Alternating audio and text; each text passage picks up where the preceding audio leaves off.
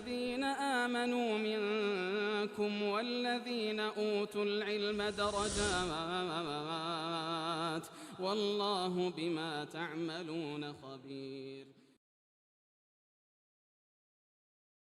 صلى الله وسلم على محمد وآله وصحبه وسلم.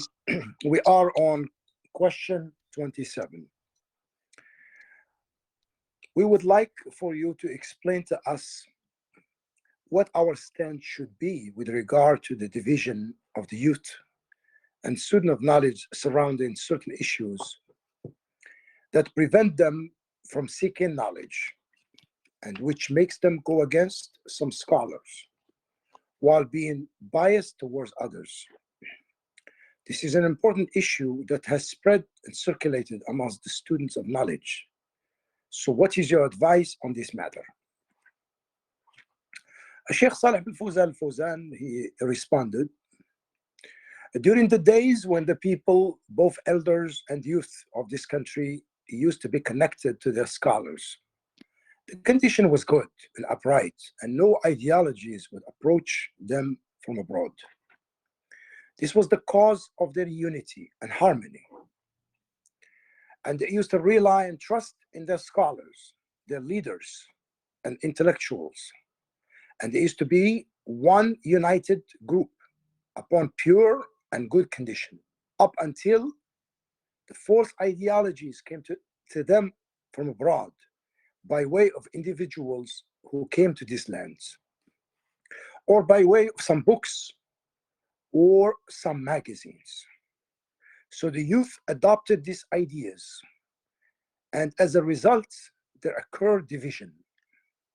This was because this youth who turned away from the Salafi methodology in da'wah were affected by these ideologies that originated from abroad. And this is very true, Ikhwan. When the youth stick to the scholars and they take from the senior scholars, I mean, when I say scholars, we're talking about the Salafi scholars, the scholars of al-Sunnah. So when the youth stick to the Salafi scholars, the scholars of al-Sunnah, they will be safeguarded by the will of Allah subhanahu wa ta'ala from deviation and misguidance. Because al-Ulama, they guide the youth. They guide them to the straight path. And they warn them against misguided ideologies, misguided sect and the like. So now when the youth let go of the scholars, they're going to be susceptible to deviation and to misguidance. And this is a reality. Nobody can deny that. Nobody can deny this. When the youth are with the scholars, with the senior scholars, then they are safeguarded from misguidance and from deviating from the Salafi methodology. But when they let go of the scholars and they start reading the books of the Ikhwan al-Muslimin, the books of Tabligh, and other than them, then they get affected by the methodologies of the deviant sects. And this is exactly what happened to them. Either they start listening to them, to their lectures and attending their conferences and the like, or they start reading their books and the like, or hanging around them and frequenting them.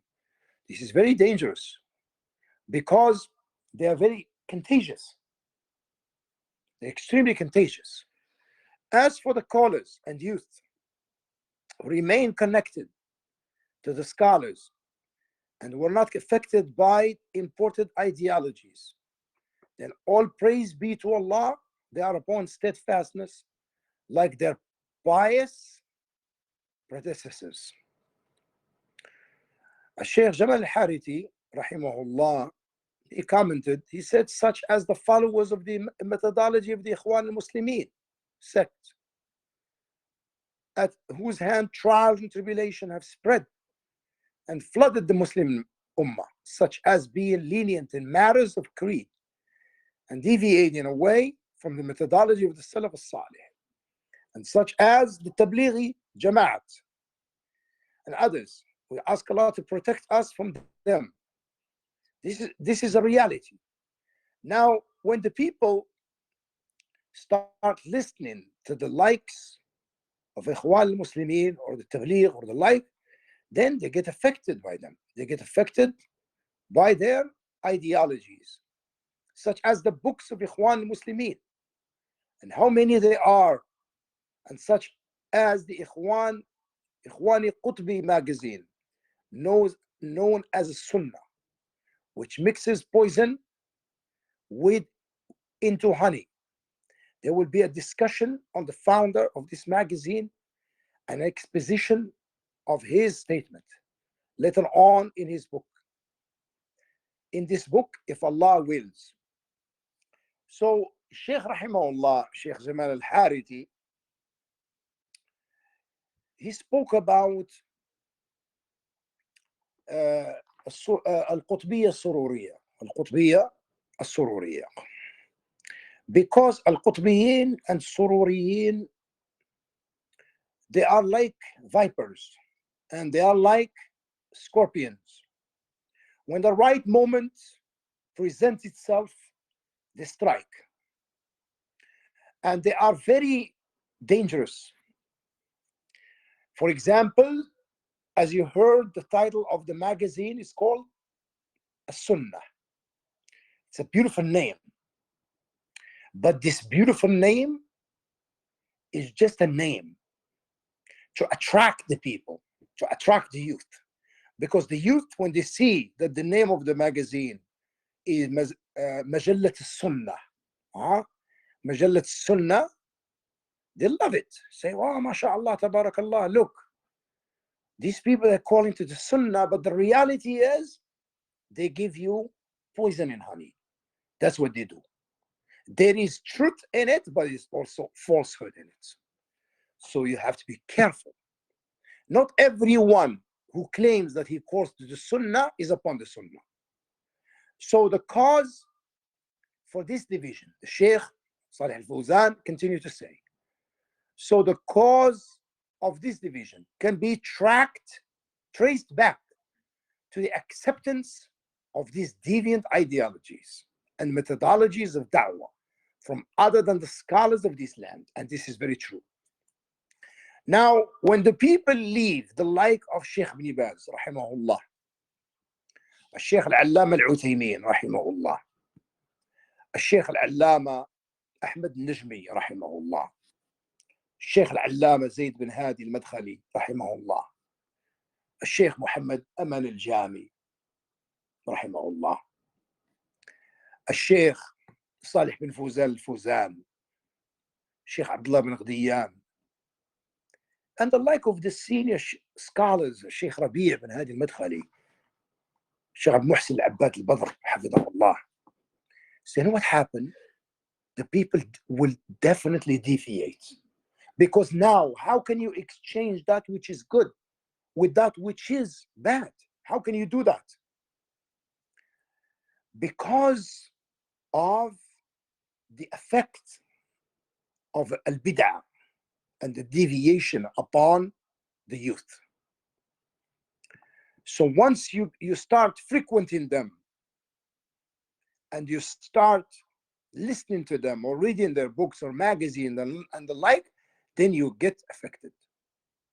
From confused people or from misguided individuals who wish to terminate the blessings that we live with in this country, such as security, stability, wallahi, wallahi. Like for example, when you look at Ikhwan al-Muflisin, whenever they entered a country, they will cause chaos. Mark my word, they will cause chaos. In Libya, what did they achieve in Libya? Except instability, insecurity, chaos, right? Libya is gone. Libya was far better when Muammar al-Qaddafi was in power. It was far better. Medical was free, dental was free, oil, the government gives the citizens money from the oil. People lived in good life. People used to go and work in Libya. Look at Libya now. They destroyed it. Ikhwan al-Muslimin, they destroyed Libya.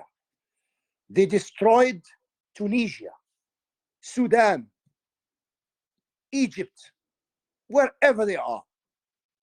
Subhanallah, wherever al-Ikhwan al-Muflisin are, they will cause chaos in that land. Their da'wah, their methodology is political, and it brings about no fruits except evil fruits. Except evil fruits. It causes instability, insecurity, chaos wherever they go. And this is a fact. Ruling by the Sharia. Ikhwan Muslimin, they don't rule by the Sharia.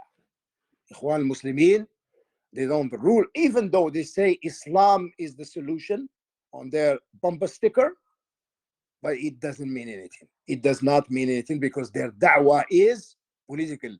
Unlike, alhamdulillah, ulama salafiyin, walillah alhamd, they rule by the Sharia. They rule by the Sharia. And many other good things found in this country, means the land of Saudi Arabia, which cannot be found in other countries. This is very true. For example, you find courthouses everywhere. There are Muslim judges, walillah alhamd, they rule by the Kitab and the Sunnah of the Messenger of Allah sallallahu alaihi wasallam. Where can you find these? They want to cause division amongst us and cause our youth to dispute with one another. They want to take the trust away from our scholars. They do. They attack the scholars. They say these are scholars of dollars. They call Sheikh bin Baz, Sheikh al-Uthaymeen, Sheikh Salih Fawzan and others. They say these are the scholars of the government scholars, scholars of dollars. They call them, all they know about the affairs of purification. Like, for example, menstrual cycle, postpartum bleeding, and the issues of wudu and the like. That's all they know about. This is how they speak about our scholars. And may Allah give them what they deserve. Because they think they know the current affairs. What is the current affairs? They say our scholars, they don't know the current affairs. They don't know the political, what goes on the political arena.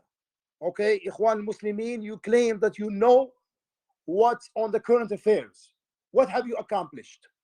We ask you, what have you accomplished? Nothing but chaos, instability, insecurity, nothing, and you still don't want to learn your lesson. You still don't want to learn your lesson. And this is a reality, Ikhwan, at which point terrible consequences will occur. And may Allah protect us from that. And this is very true. Once you leave the truth, you're going to be tested with falsehood. When you leave the manhaj of the Salaf al-Salih, then you're going to run into so many problems.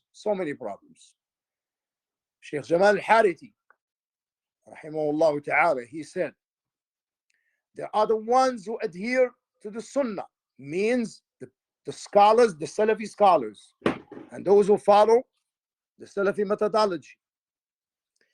He said, the followers of the narration, they follow the narration, al-Bukhari, al-Muslim, al-Nasa'i, al-Tirmidhi, Ibn Majah, they follow the narrations, the Salafis, the followers of opposing methodologies due to their ignorance of the Sunnah, accuse them of being too strict. So they say you are too strict. Of being government agent, this is what they say about them. Or being hypocritical, this is not strange. For the Salaf were labeled with worse names such as Hashawiyya, ascribing a form to Allah. That's what they used to call Al-Sunnah. Al-Mujassima, ascribing a body to Allah, and so on, because they affirm Allah's attributes. You see, whenever you stick to the truth, you're going to hear names. They're going to call you with all kind of names. They will call you are Wahhabi, you are Jami, you are Madkhali, Neo Salafi, but you have to be firm. You have to stay firm. Don't shake up. Will call you all kind of names. And they do that to cause the people to turn away from you. That's why they do that. That's one of the tricks that they use, because they want the people to turn away from you. And so on, because they affirms Allah's attributes. So this is the condition of the innovators, launching attacks against the followers of the narration. They attack the Salafis because they follow the narration. They affirm to Allah what He affirmed to Himself in the Quran and upon the tongue of His Messenger Muhammad sallallahu alayhi wasallam in the authentic ahadith. So they are called all kind of names.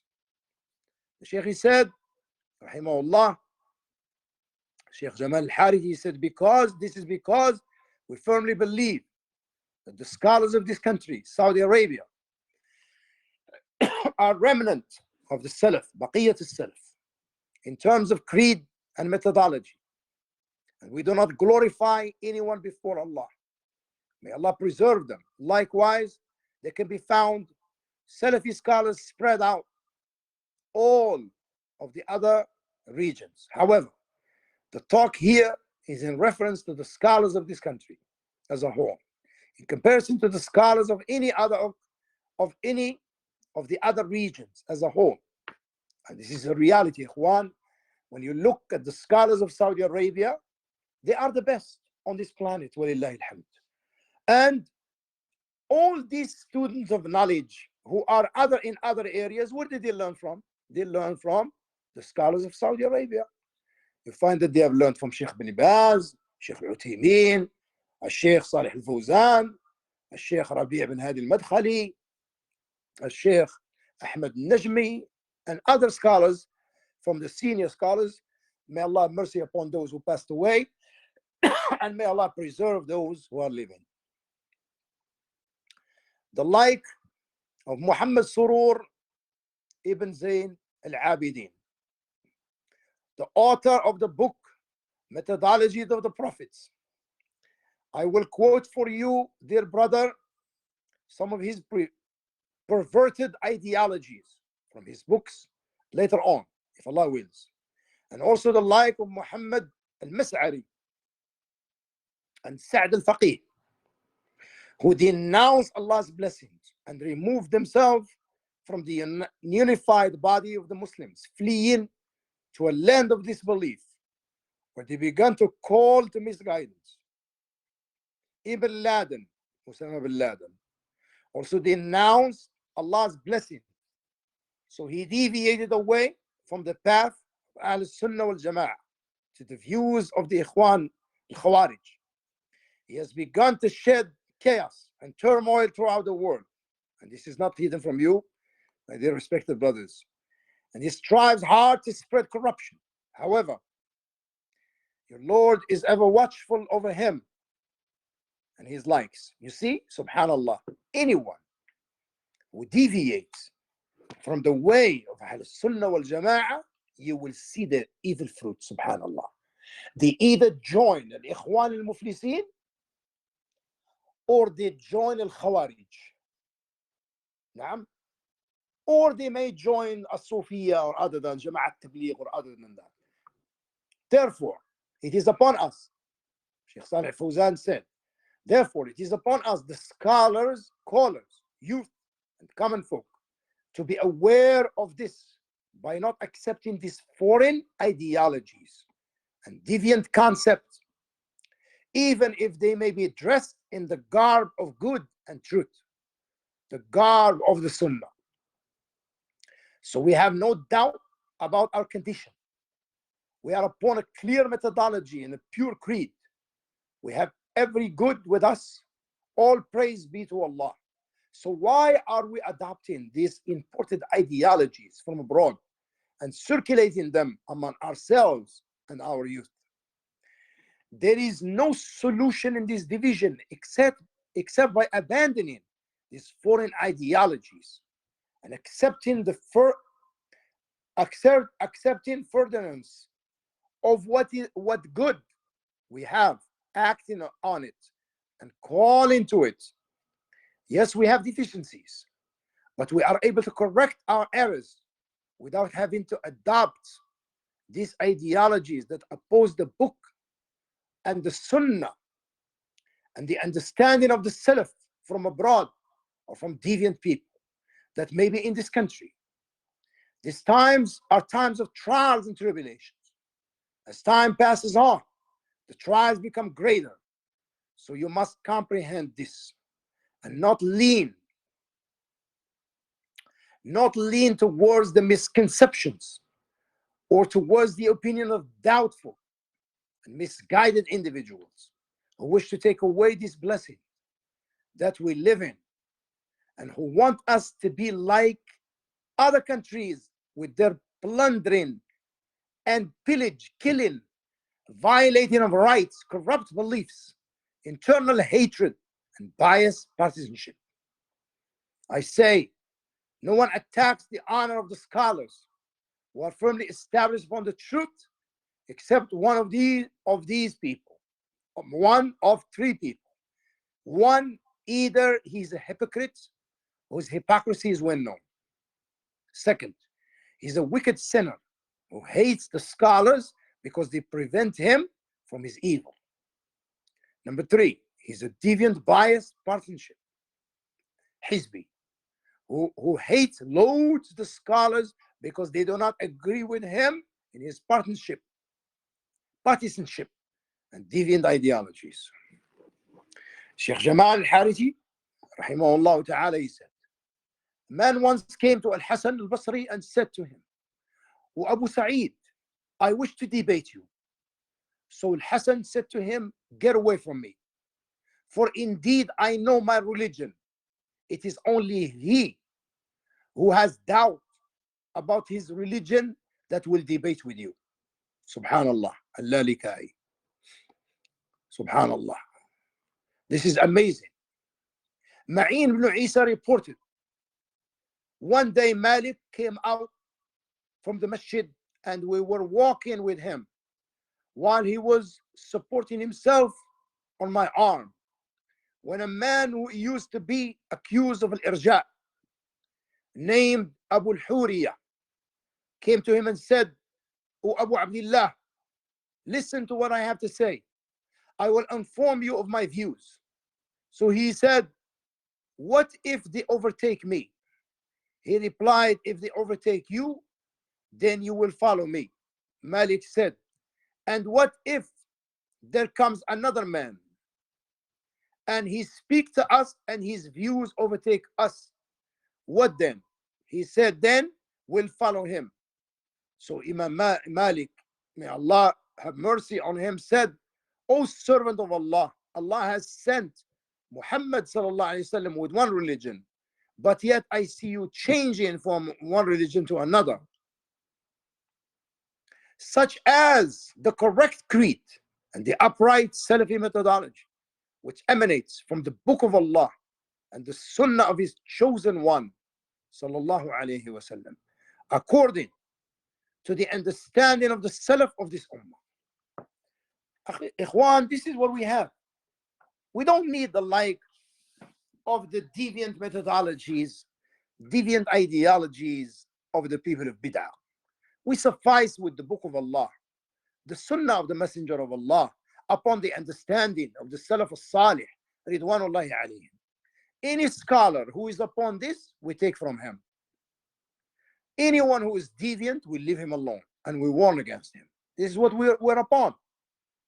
We ask Allah subhanahu wa ta'ala to protect all of us from deviation and to keep us firm upon al-kitab wa sunnah and upon the understanding of the Salaf al-Salih. Alhamdulillahi Rabbil Alameen.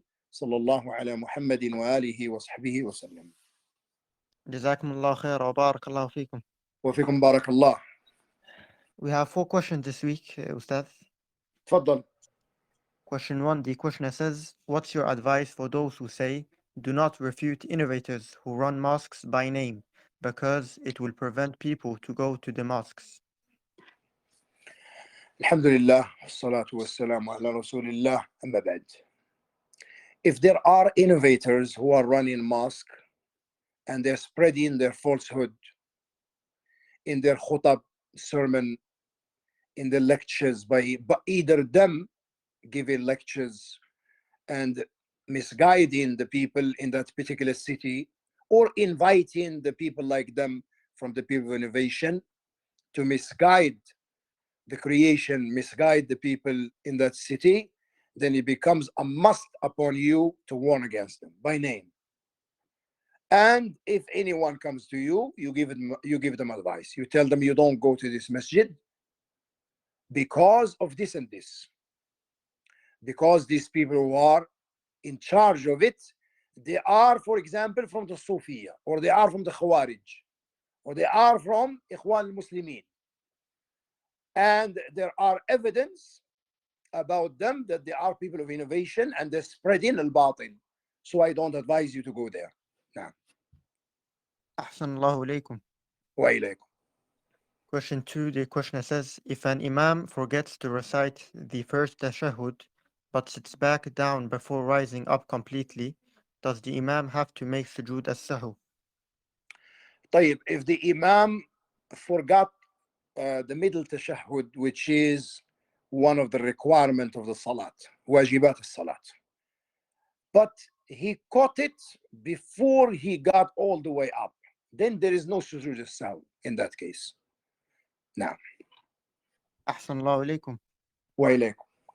The third question, the questioner says, what is the ruling on praying behind an imam wearing trousers, which tightens his backside in sujood?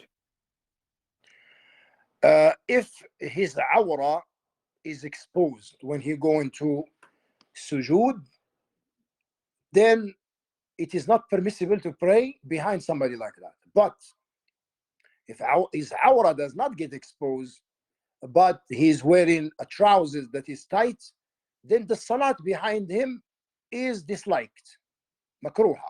But the salat is valid. Now, أحسن الله إليكم. wa ilaykum. The fourth and last question, the questioner says, what is your advice to someone who wants to make hijrah to a Muslim country but is not economically stable?